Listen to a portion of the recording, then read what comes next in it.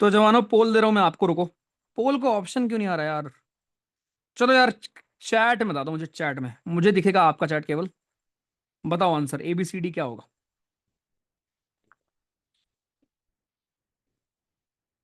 सोच के बताना, तुक्का मत खेलना, वरना एक्सप्लेन करवा लूंगा तुमसे मैं।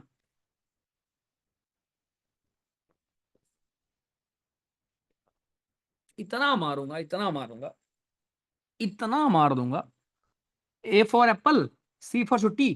कह रहे हैं C फॉर छुट्टी। अच्छा,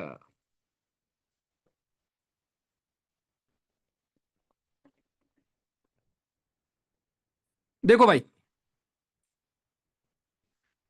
ध्यान से देखो। बिना कोलेटरल क्यों देता है अंशुल जी? तो उसमें रेट ऑफ इंटरेस्ट तभी तो हाई होता है ना, इसीलिए। है ना, एक होता है लीगल तरीका, एक होता है वैध तरीका, एक होता है अवैध तरीका। ठीक है, देखो भाई, मनी मल्टीप्लायर पूछा गया इकोनॉमी में इंक्रीज कैसे होता है। अगर आप यहां कॉन्सेप्ट रिकॉल कर पाओ, मैंने आपको सिखाया था मनी मल्टीप्लायर कब बढ़ता है भाइयों। मनी मल्टीप्लायर हमारा कब इंक्रीज होता है जवानों? ये तब इंक्रीज होता है जब बैंकों के पास ज्यादा पैसा होगा। जब बैंक के पास खूब पैसा होगा तो मनी मल्टीप्लायर आपका बढ़ जाएगा। राइट, मतलब बैंक के पास अब पैसा होगा खूब सारा लोन देने के लिए। मल्टीप्लाई करने का मतलब क्या हुआ? बैंक पैसा कैसे कमाएगी? लोन के फॉर्म में बांट करना, इंटरेस्ट कमा कर। ठीक, आ जाओ। अब कब ज्यादा होगा? पहला, जब आप CRR बढ़ा दोगे। अरे कॉमन सेंस है भाई। जब CRR बढ़ा दोगे, CRR में जो पैसा होता है उसको तो बैंक को RBI के साथ रखना पड़ता है ना, उसको तो बैंक लोन के फॉर्म में दे ही नहीं पाएगी। तो जब ज्यादा पैसा CRR में जाएगा तो भाई बैंक लोन कम दे पाएगी ना, तो ये तो हो ही नहीं सकता। सेम ये नहीं हो नहीं सकता, सेम ही तो है दोनों। जब ये नहीं हो सकता तो ये कैसे हो जाएगा? दोनों गलत हैं। अगर SLR ज्यादा होगा, SLR का मतलब क्या था? वो पैसा जो बैंक को खुद के साथ रखना पड़ेगा, चाहे गोल्ड के फॉर्म में, चाहे कैश के फॉर्म में, चाहे बॉन्ड्स के फॉर्म में, जिसको टच नहीं कर पाएगी बैंक, जिसको लोन के फॉर्म में आप नहीं बांट पाओगे। दोनों गलत। अब बचे दो आपके। पॉपुलेशन बढ़ने से, देखो पॉपुलेशन बढ़ने का मतलब ये नहीं हुआ कि यार लोग पैसा कमाने लगेंगे। डायरेक्ट रीजन नहीं हो सकता, इसका आंसर है C। सिविल सर्विसेज का सवाल था ये। सी का मतलब क्या हुआ? बैंकिंग हैबिट का मतलब क्या है कि लोग ज्यादा बैंक अकाउंट्स ओपन करें, पैसा जमा करें। राइट, जब ऐसा होगा तो बैंकों के पास पैसा खूब आएगा और बैंक उधार खूब देगी। तो प्योर एलिमिनेशन वाला क्वेश्चन था ये। और क्योंकि IS का क्वेश्चन था इसलिए अच्छा क्वेश्चन था। लेकिन यार अभी तुमको जस्ट पढ़ाया था, आधे लोग का सही भी है वैसे, बट बाकी लोग ध्यान रखो। चलो, कोलेटरल क्या होता है आपको बताइए। वो जो हमें गारंटी देना पड़ता है उसको हम बोलते हैं कोलेटरल। आइए, ये एक CBLO होता था। ये CBLO क्या होता है? जैसे OLX सुना है आप लोगों ने? OLX, कोई चीज आप OLX पे बेच देते हो, है ना? ऐसी ही आपकी हमारी दोस्तों एक CBLO होती है। CBLO आपकी एक हमारी ऐसी ही फाइनेंशियल मार्केट होती है जहां पर आप बॉन्ड्स वगैरह को बेच सकते हो। समझे? उसको बोलते हैं CBLO। तो ये आपकी एक मनी मार्केट होती है दोस्तों, collateral borrowing and lending obligation, जिसको बोलते हैं CBLO। ये दोस्तों आपके मनी मार्केट के इंस्ट्रूमेंट्स हैं जहां पर आप चीजों को बेच सकते हो, खरीद सकते हो। जैसे OLX पे कोई चीज बेचते खरीदते हो ना, वैसे ही। आ जाओ भैया। अब ये एक बार रीड करो, डेफिनेशन आपके बेसिक है। बैंक रेट आपको बताइए क्या होता है, ठीक है? एक होता है नॉमिनल इंटरेस्ट रेट, एक होता है रियल इंटरेस्ट रेट। नॉमिनल क्या होता है? ये इंटरेस्ट रेट है जो जब उधार देता है वो चार्ज करता है बोरोवर से एज अ फी। ये टोटल अमाउंट पर लगता है आपका इंटरेस्ट। रियल इंटरेस्ट रेट क्या होता है? कि महंगाई से एडजस्ट कर कर, इन्फ्लेशन को एडजस्ट कर कर जो इंटरेस्ट आपको दोस्तों देना पड़ता है उसको हम बोलते हैं real interest rate. True value, इसका मतलब ये हुआ, मान लो मैंने आज 2 करोड़ का उधार लिया, 5 साल बाद हो सकता है इस 2 करोड़ की वैल्यू हो जाए 3 करोड़। समझे? राइट, या मैं आपको 4% मान लो दे रहा हूं इंटरेस्ट, 4% जो भी हो हो सकता है टाइम के साथ उसकी वैल्यू कम हो जाए या ज्यादा हो जाए, जो भी है। तो मतलब इन्फ्लेशन के हिसाब से जो मनी की वैल्यू एडजस्ट कर कर आपका रेट निकलता है उसको बोलते हैं रियल इंटरेस्ट रेट। और जो ग्रॉस होता है उसको बोलते हैं नॉमिनल। यहां पूछा गया था percentage by which the money the borrower page back. तो ये आप पे करते हो हमेशा नॉमिनल, ध्यान रखना। आप नॉमिनल इंटरेस्ट रेट ही दोस्तों पे करेंगे। आ जाओ, चलो तुम्हारे लिए सवाल। 91st question. पोल तो है नहीं यार, चैट में ही बता दो, सच्चाई से चेक कर लेना कि सही है गलत है, बताओ।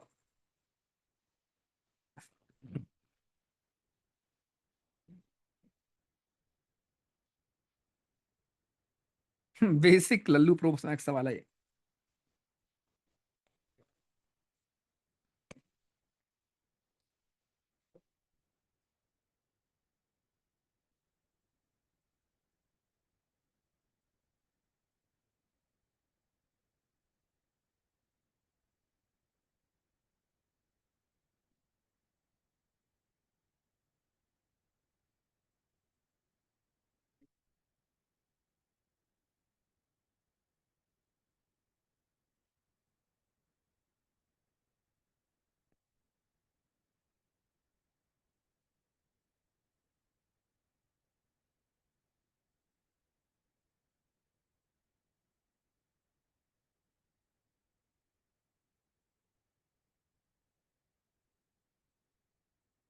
डन जवानों।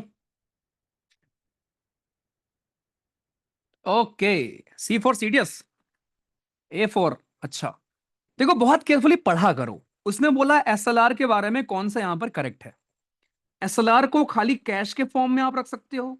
अरे भाई, सीआरआर को आप खाली कैश के फॉर्म में रखते हो जवानों।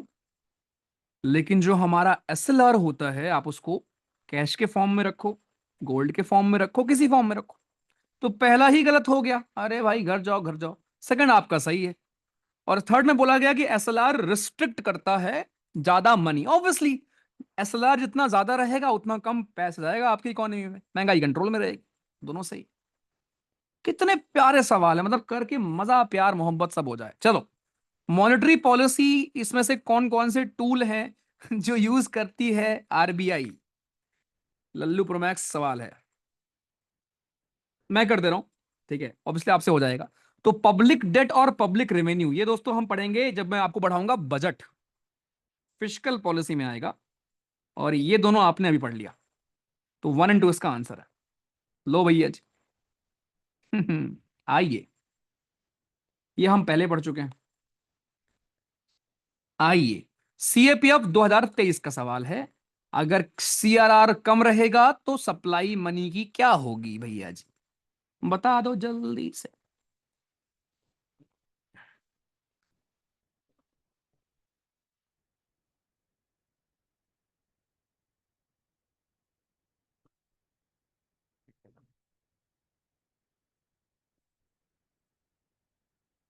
हम्म,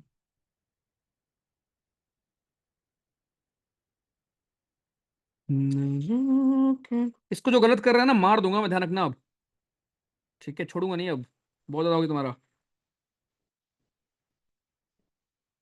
क्या बे भाई?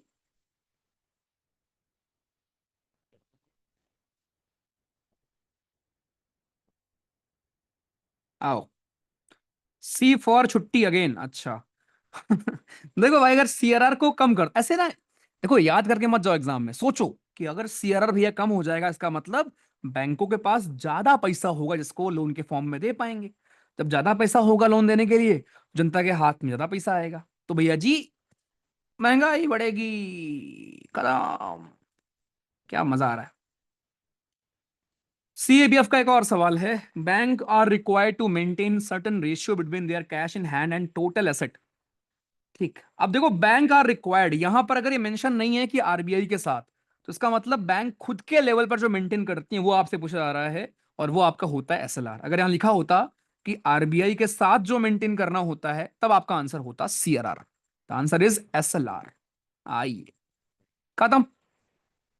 ठीक, बाकी लेट्स भी वाईक्यूज भी हम कर लेंगे एक दिन बैठ के। ठीक है, आ जाओ। लेंडर ऑफ लास्ट रिजॉर्ट, दोस्तों हम आरबीआई को बोलते हैं बैंकों का बैंक, या लेंडर ऑफ लास्ट रिजॉर्ट बोलते हैं।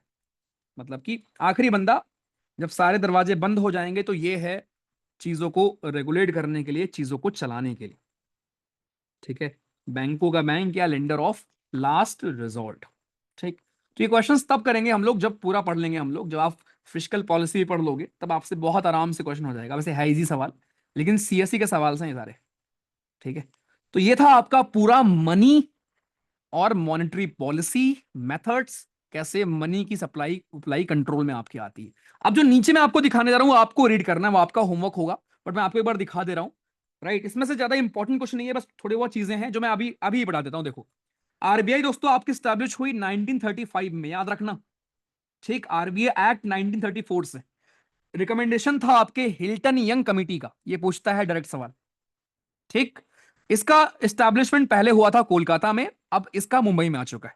देन 1949 में दोस्तों नेशनलाइजेशन होता है इन बैंक्स का। ठीक, ध्यान रखना। और reserve banks affair are govern by central board of directors आपके यहां पे होते हैं दोस्तों, जो कि 4 साल के पीरियड के लिए होते हैं। खत्म बस। तो ये सारे फैक्ट्स आर इंपॉर्टेंट हमारे एग्जाम के लिए। आई, ये सारे काम है, आरबीआई का प्रेम्बल है, to regulate the issue of bank notes and keeping of reserves with a view to securing monetary stability in India and generally to operate in the currency and credit system of the country to its advantage। ये preamble है, कहीं नहीं पूछेगा तुमसे, ठीक है, कहीं नहीं पूछेगा, बस ध्यान रखना प्रेम्बल भी आरबीआई के पास। आओ, ये फंक्शन है आपकी आरबीआई के, पहला है मॉनेटरी अथॉरिटी, कि फॉर्मुलेट करती है, इंप्लीमेंट करती है और मॉनिटर करती है मॉनेटरी पॉलिसी को। ठीक है, मॉनेटरी पॉलिसी को दोस्तों, मतलब जो आप पढ़ के आ रहे हो कि ये सब कुछ रेगुलेट करने का काम। भाइयों देखो, ऐसे सवालों को ना इग्नोर मत किया करो। आपको क्या लगेगा भैया इसको क्या पढ़ रहे हैं हम लोग, आता तो है, ये वही तो लिखा है, लेकिन एक बार ना रिवाइज कर लेते हैं, जिससे एग्जामिनेशन में ना यहां से सवाल बन जाते हैं भाई। जरा बताओ आरबीआई का फंक्शन क्या है क्या नहीं है, ऐसे वाले सवाल भी मिल सकते हैं आपको पेपर में। ठीक है, आइए दूसरा, रेगुलेटर है और सुपरवाइजर है, ऑब्वियसली भाई, चीजों को रेगुलेट करती है, सुपरवाइज करती है हमारी, इतना आसान। ठीक है, okay next, manager of foreign exchange, manage करती है फॉरेन मैनेजमेंट को, ये भी सही है, विदेश से जो भी पैसा वगैरह आता है सब कुछ आरबीआई तो करेगी। करेंसी को इश्यू करती है, रेगुलेट करती है, सुपरवाइज करती है, हर एक चीज, एवरी सिंगल चीज कौन करेगा, ये करेगी। ठीक, आज हम एक बार ट्राई करते हैं जरा ऊपर वाला सवाल जो आपके आईएएस का क्वेश्चन था, एक बार ट्राई करते हैं क्या हो पाएगा क्या। ये मैं कर रहा हूं, लेकिन सीखो, आपसे नहीं भी हो पाएगा तब भी कोई बात नहीं, अपने एग्जाम से ऊपर की औकात वाला एग्जाम क्वेश्चन है ये, बट स्टिल हम ट्राई करते हैं। आपसे पूछा गया है कि भारत में जो सेंट्रल बैंक है, मतलब आरबीआई का फंक्शन है लेंडर ऑफ लास्ट रिजॉर्ट, इसका मतलब क्या है।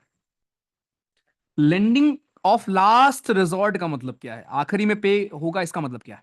Lending to trade and industry bodies when they fail to borrow from other sources, providing liquidity to the banks having a temporary crisis. मेरे भाई एक चीज ध्यान रखना कि कोई भी आरबीआई से उधार नहीं लेता, आरबीआई से उधार खाली बैंक ले सकते हैं, कोई कंपनी कोई इंसान आरबीआई से उधार नहीं ले सकता।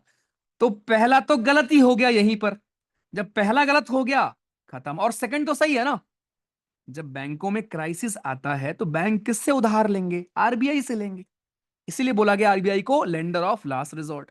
तो सेकंड सही है, जब सेकंड सही है तो ये वाला हो सकता है, ये वाला हो सकता है, और ये गलत है, और ये गलत है। अब इन दोनों में से एक आंसर हमारा होगा। कितने प्यार से आपने एलिमिनेट कर लिया आप इतने बड़े क्वेश्चन। तीसरा, lending to government to finance budgetary deficit.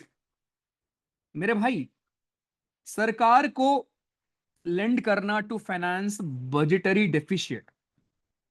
ठीक है, अब एक चीज ध्यान रखना, क्योंकि ये एग्जाम है आईएएस का, तो सोचने वाला क्वेश्चन है। ये जो थर्ड स्टेटमेंट लिखा है ना, ये सही स्टेटमेंट लिखा है, पता है, तीसरा स्टेटमेंट इज करेक्ट। सरकार बिल्कुल लोन लेती है किससे, आरबीआई से। अभी आपने अगर देखा हो लास्ट ईयर की न्यूज थी, कुछ 2,71,000 करोड़ शायद ऐसा कुछ था ना, सरकार ने लिया था उधार आरबीआई से।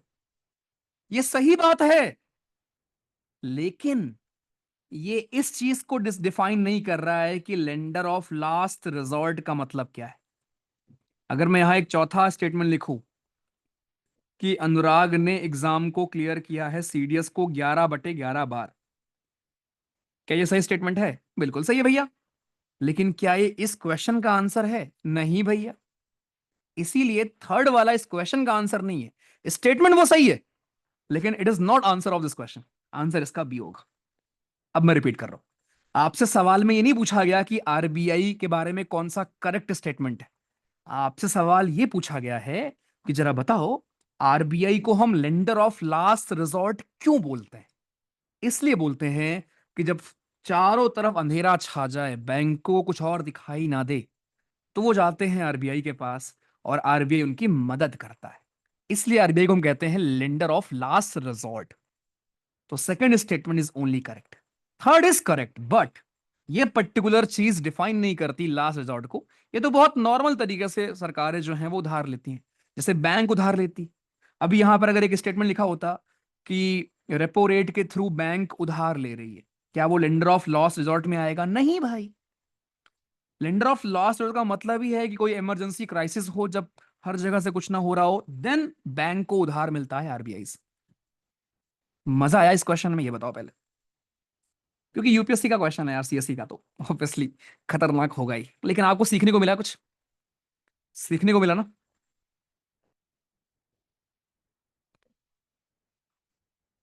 चलो वेरी गुड, न्यू अप्रोच सीखा आपने, ठीक है। ओके, तो मेरे भाइयों ना, इन सब चीजों का ध्यान रखा करो।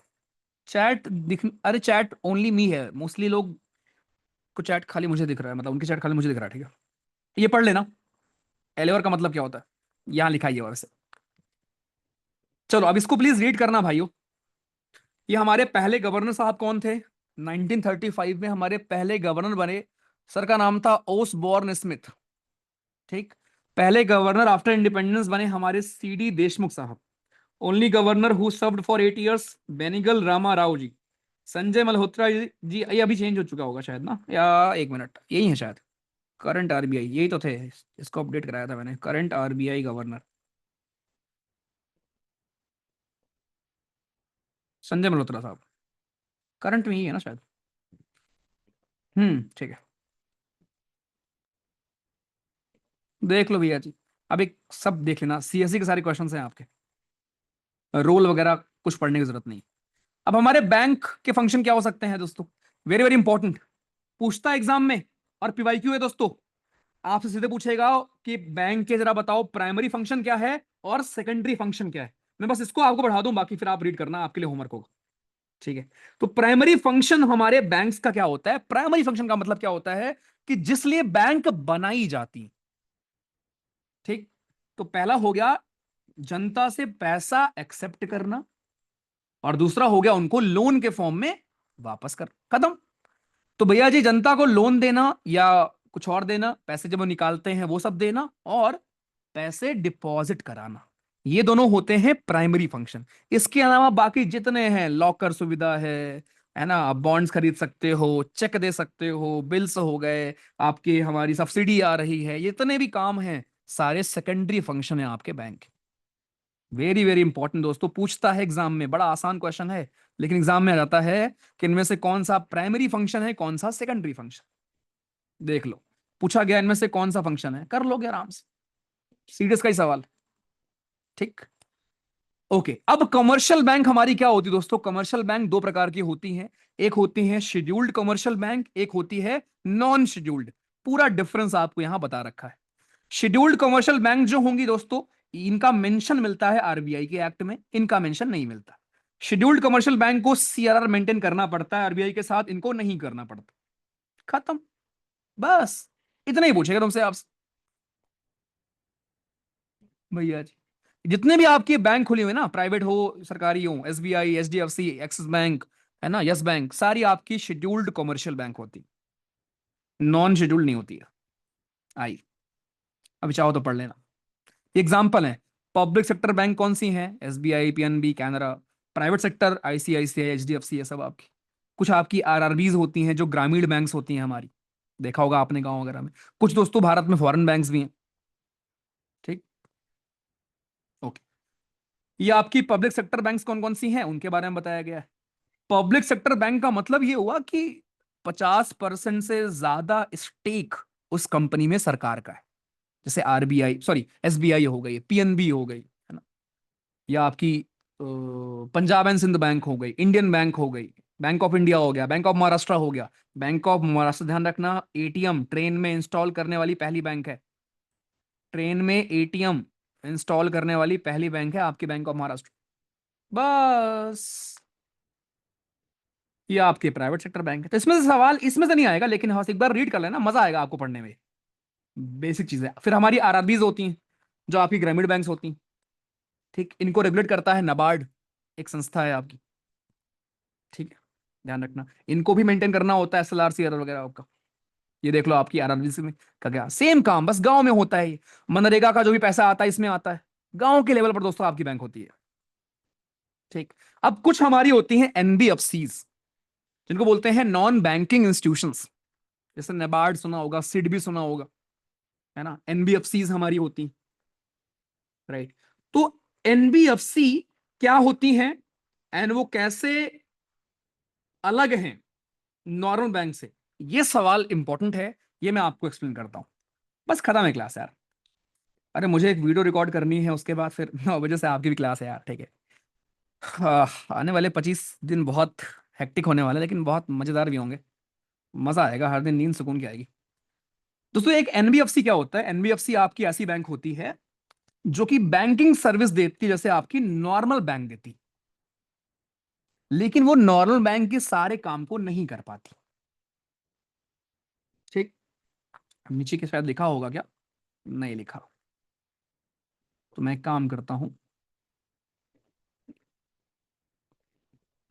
यहां लिख देता हूं, ठीक है। ध्यान सुनो।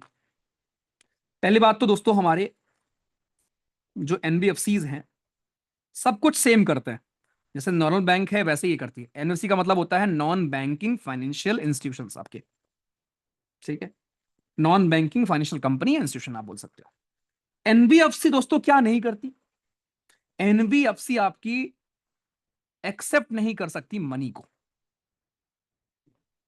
कैन नॉट एक्सेप्ट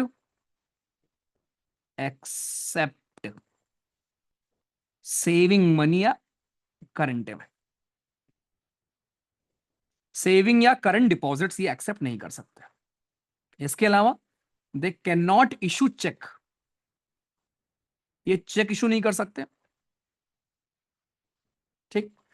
इनको एसएलआर सीआर मेंटेन करने की जरूरत नहीं है, not required to maintain SLR CRR, ठीक है, खत्म। अब आपके दिमाग में आएगा भैया यार एग्जाम्पल बताओ, है ना, सबके दिमाग में आया होगा भैया यार एग्जाम्पल बताओ, एनबीएफसी के एग्जाम्पल क्या हो सकता है। कभी नाम सुना है मुथूट फाइनेंस का, सुना होगा, Muthoot finance, LIC housing finance, Bajaj finance. अरे भाई ये लोग अरे फाइनेंस करने नहीं आते। जब तुम एप्पल खरीदने जाते हो, एप्पल मतलब फोन या कुछ बड़ा सामान खरीदते हो, कार खरीदते हो, कार, जब आप कार खरीदते हो उस टाइम पर ये कंपनीज नहीं आती, सर लोन ले लो, सर फाइनेंस कर दें क्या आपका, सर फाइनेंस कर दें क्या। इन्हीं को बोलते हैं एनबीएफसी, ये बैंक नहीं होती, इनका काम लोन देना ही होता है, लेकिन इनमें आप अकाउंट खोलकर पैसा डिपॉजिट नहीं कर सकते हो, ये चेक इशू नहीं कर सकती, समझे, इनको एसएलआर सीआरआर मेंटेन नहीं करना। कितना आसान, मैं रिपीट कर रहा हूं, बहुत ध्यान से देखना। तो मेरे भाई एनबीएफसी को आपसे पूछे क्या होता है, व्हाट आर एनबीएफसी हमारी, तो एनबीएफसी जो हमारी होती है दोस्तों, ये आपकी प्रोवाइड करती है लोन, दे प्रोवाइड लोन्स या एडवांसेस, ठीक है।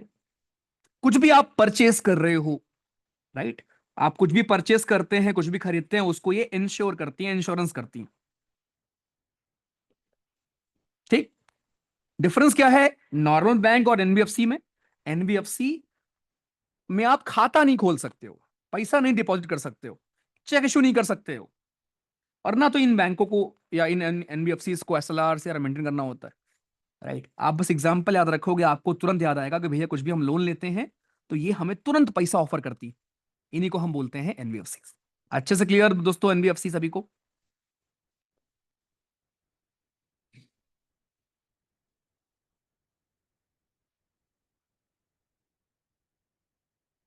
बहुत सारी कंपनीज है, सागरमाला फाइनेंस कॉर्पोरेशन, बहुत सारी कंपनीज है भाई, बहुत सारा। मेरा सिविल स्कोर यार 800 के आसपास है, बहुत सारा, बहुत सारा, बहुत सारा। अरे नाम नाम लेते जाओ भाई, चिटफंड, हाँ। चलो ठीक है, अब इस कुछ संस्थाओं के बारे में दोस्तों, नाबार्ड देख लेना, सिडबी हमारा, इसका हेडक्वार्टर लखनऊ में है, सिडबी का हेडक्वार्टर है लखनऊ में, एक बार रीड कर लेना, बाकी कुछ ना समझ में आए बताना, मैं समझा दूंगा, ऑल तो कुछ है नहीं इसमें कि आपको समझ में ना आए, ठीक है, खत्म। ये कुछ कमिटीज थी हमारी दोस्तों, जिनके कुछ रिकमेंडेशंस थे बैंकिंग सेक्टर में, नरसिम्हा कमेटी, आपकी हमारी पीजे नायक कमेटी, ठीक है, बस। ओके, अब आते हैं क्वेश्चन पर। अब जवानों हम आते हैं क्वेश्चन पर। क्वेश्चन आपका लिखा गया है यहां पर कि इनमें से कौन सा हमारा फंक्शन नहीं है आरबीआई जी का, जवानों, banker to government, keeping foreign exchange, 1 रुपए के कॉइन और नोट को इशू नहीं करती आरबीआई, पढ़ाया था मैंने आपको डे 1। ये सब कर लोगे। देखो, पूछा गया है फंक्शन कौन सा है बैंक का, राइट। कौन सी बैंक हमारी गांव में खाली काम करती है, नाबार्ड काम करती है। एनबीएफसी हमारी क्या नहीं कर सकती, can not give loan, can not borrow, can not seek demand deposits. कितना प्यारे प्यारे क्वेश्चन आपसे होंगे। आरआरबी के बारे में क्वेश्चन है करना, ठीक है, जो नहीं होंगे बताना मुझे, खत्म। उसके बाद हम एसडीआई पढ़ेंगे और सस्टेनेबल डेवलपमेंट गोल तो भाई पढ़ते ही हो आप, ठीक है। तो कल ये जब नेक्स्ट क्लास हमारी होगी तो स्टार्टिंग के 15 मिनट में हम ये आप आपका होमवर्क है, आप एक बार रीड करके आना, ठीक है। बाकी मैं पढ़ाऊंगा, छोड़ूंगा नहीं, परेशान मत हो। लेकिन एक बार रीड कर लेना, बिकॉज ये करंट अफेयर में मैं आपको बहुत बार पढ़ाता हूँ। एचडीआई के इंडेक्स क्या होते हैं, किसने दिया था भैया जी, महबूब हक साहब थे, उन्होंने दिया था क्या, ऐसे करके मैं बहुत बार आपको पढ़ा चुका हूँ, ठीक है। बट एक बार आप रीड करके आना, ठीक है, आपके ये दोनों चीजें। और उसके बाद फिर हम पढ़ेंगे इन्फ्लेशन एंड देन फिर बजट। ट्रस्ट मी, जितना मजा अभी तक आपको आया है उतना ही मजा आपको आएगा जब मैं आपको सिखाऊंगा balance of payment, balance of trade, और बजट क्या होता है, क्या होता है रेवेन्यू बजट, क्या होता है एक्सपेंडिचर बजट, क्या होता है कैपिटल एक्सपेंडिचर। इतनी मजेदार चीजें हैं। मतलब आज से पहले जिन जिन वर्ड्स को सोचकर आपको लगता रहा होगा कि भैया पता नहीं क्या इकोनॉमिक्स में क्या लिख रखा है, कैपिटल एक्सपेंडिचर क्या लिख रखा है, फिस्कल डेफिसिट क्या लिख रखा है, हर एक चीज यू विल लर्न ऐसे ही। अभी आपको नेशनल इनकम, जीडीपी, जीएनपी से लेकर मनी से लेकर मॉनेटरी पॉलिसी से लेकर यहां तक सब कुछ क्लियर है बढ़िया से। ऐसे ही आपको आगे चीजें भी क्लियर हो जाएंगी। ओके बालक, मजा आ रहा है पढ़ने में इकोनॉमिक्स। मनोरंजन बैंक, हाँ जी।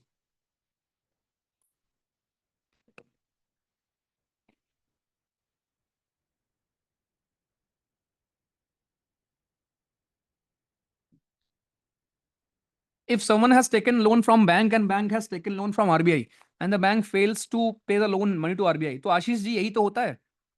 जो आपकी बैंक दिवालिया घोषित होती हैं यही तो होता है, जनता का पैसा जाता है ना, यही तो होता है मेरे भाई। ना जाने कब से मनी मल्टीप्लायर कितनी बार बताऊं यार, जितना पैसा होगा बैंकों के पास वो उसको उतना ही मल्टीप्लाई कर पाएंगी। इसी को बोलते हैं मनी मल्टीप्लायर। जनाबे आली समझ में आ गया। अरे पहले ये बताओ अच्छे से क्लियर है, मजा आया पढ़ने में ये सब्जेक्ट।